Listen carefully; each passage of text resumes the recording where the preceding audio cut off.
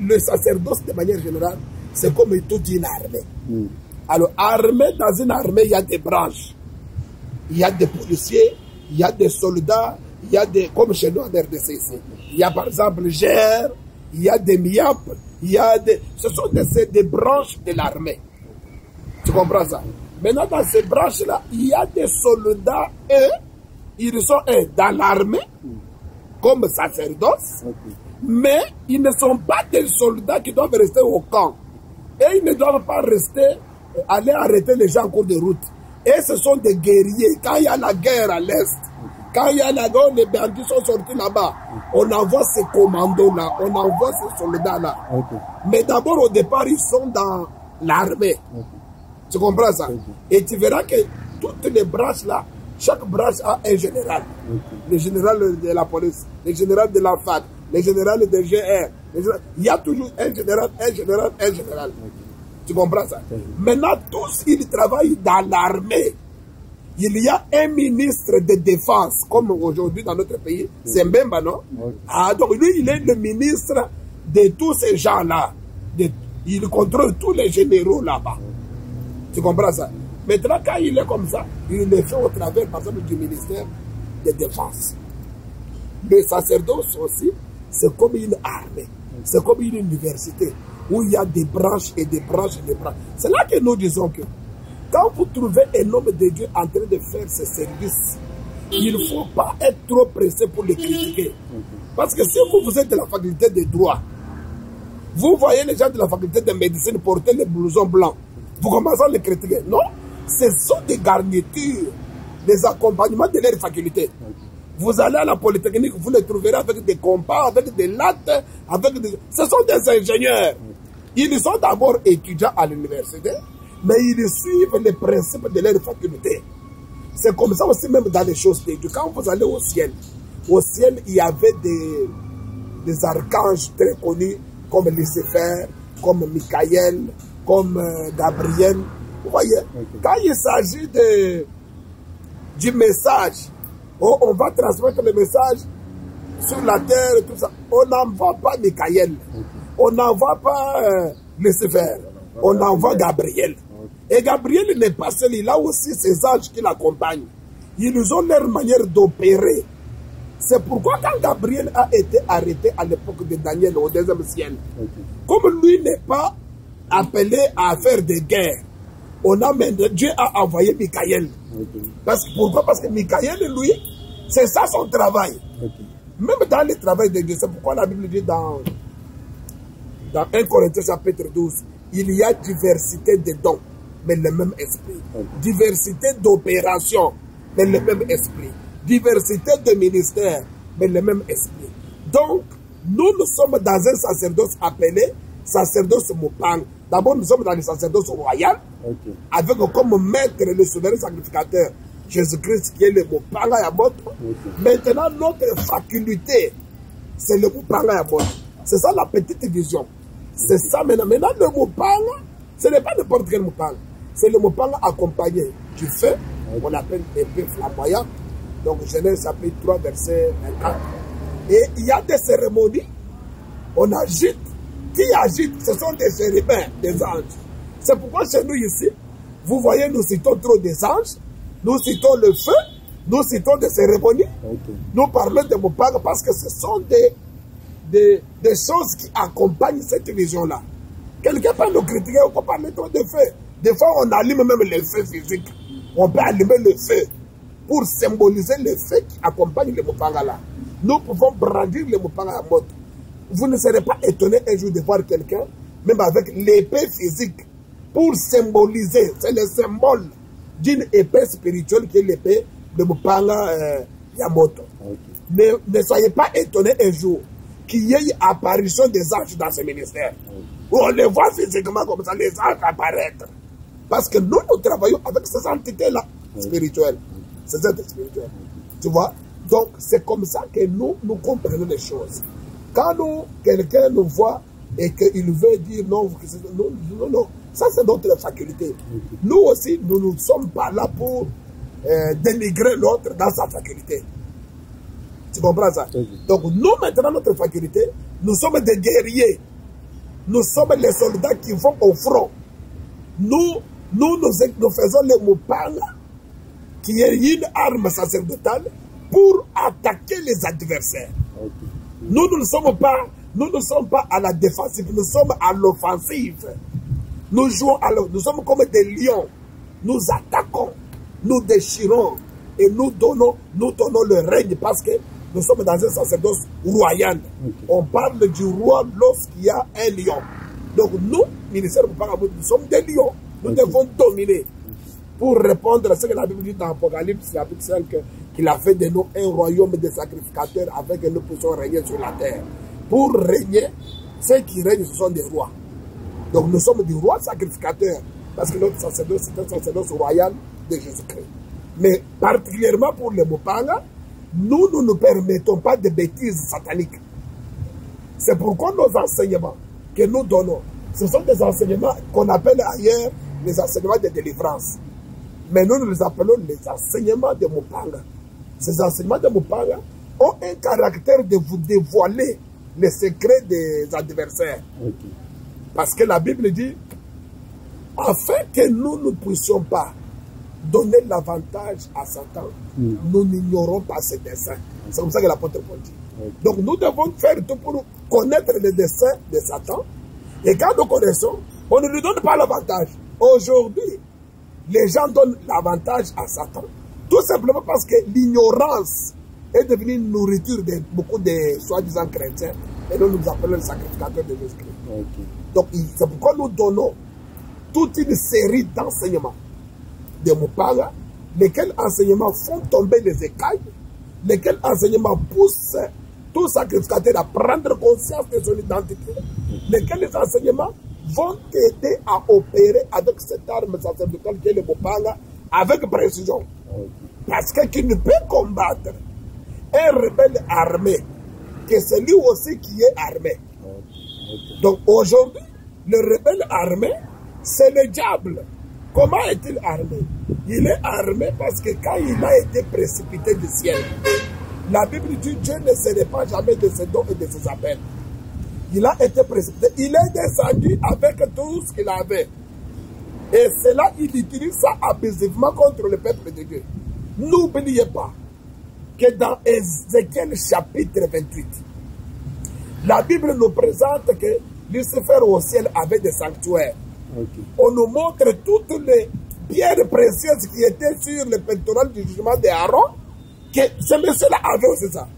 En d'autres termes, celui qui a des sanctuaires, qui a des pierres précieuses comme ça, c'est que c'est un sacrificateur. Donc, un sacrificateur, c'est celui qui fait le sacerdoce, le mysticisme de Dieu.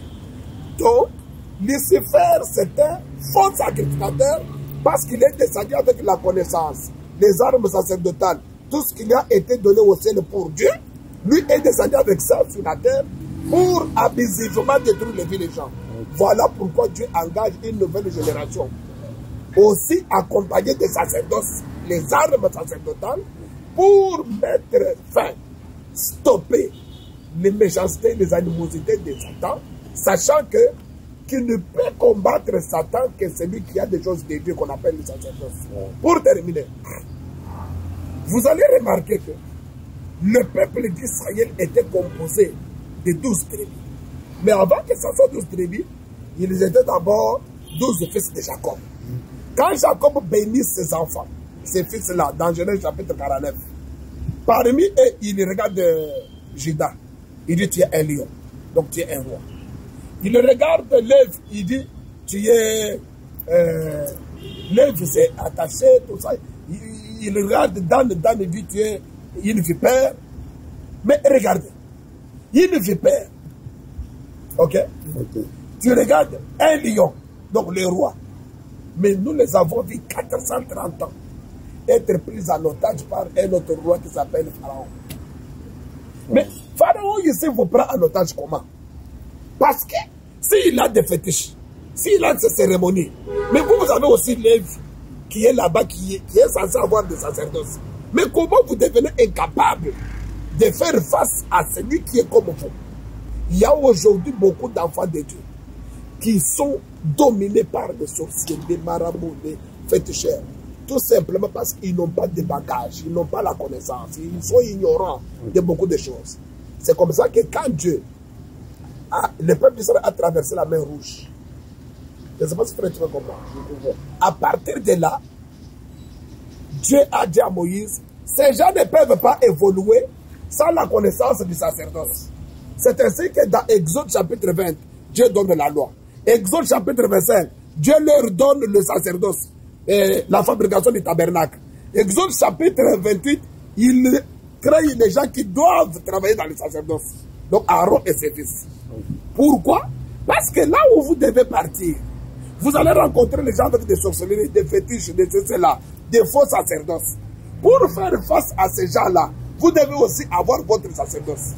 C'est ainsi que Jésus dit à ses disciples, même si vous avez mes enseignements, même si vous avez été avec moi, restez à Jérusalem jusqu'à ce qu'une puissance sera venue sur vous. Pourquoi? Parce que vous allez croiser d'autres puissances. Le Saint-Esprit sacerdoce. C'est tout un sacerdoce. Parce que le Saint-Esprit, quand il est descendu, on l'a vu le feu. On a vu le feu. C'est tout un sacerdoce.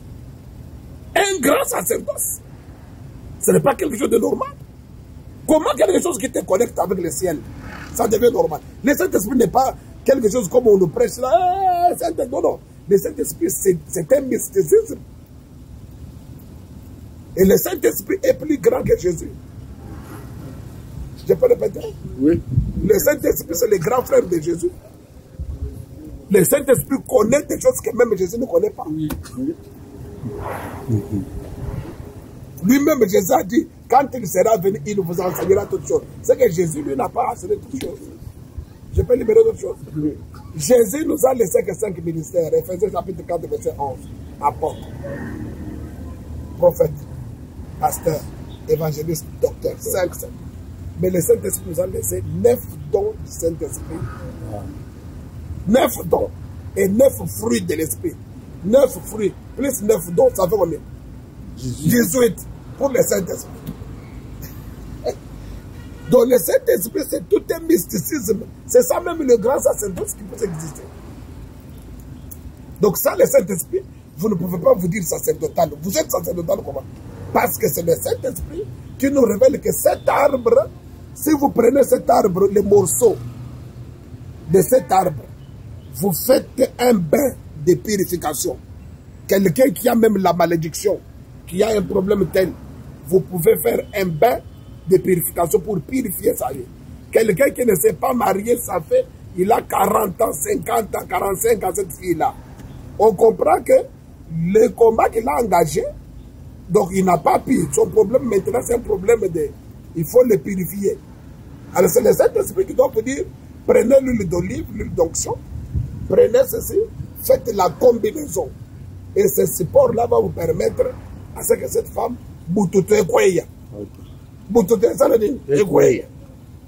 c'est pourquoi nous avons gardé certaines personnes dans nos églises. Ces gens-là, frère, ils ont prié. En tout cas, ils connaissent toutes les prières. Ils ont jeûné, ils ont donné des offrandes. Mais pourquoi les choses ne changent pas? C'est qu'il y a autre chose qu'il faut appliquer. C'est là que nous tombons maintenant dans les cérémonies sacerdotales. Donc, il y a autre chose qu'il faut appliquer. Excusez-moi ta question. Chrétien ou yazana mupanga.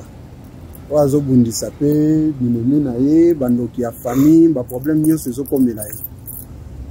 Et là, on a des changements exacts dans les chrétiens. Il faut ça. Un sacrificateur comme ça, le Mupanga a deux faces. Okay. La face de s'engager dans la guerre pour massacrer les activités du diable. Okay.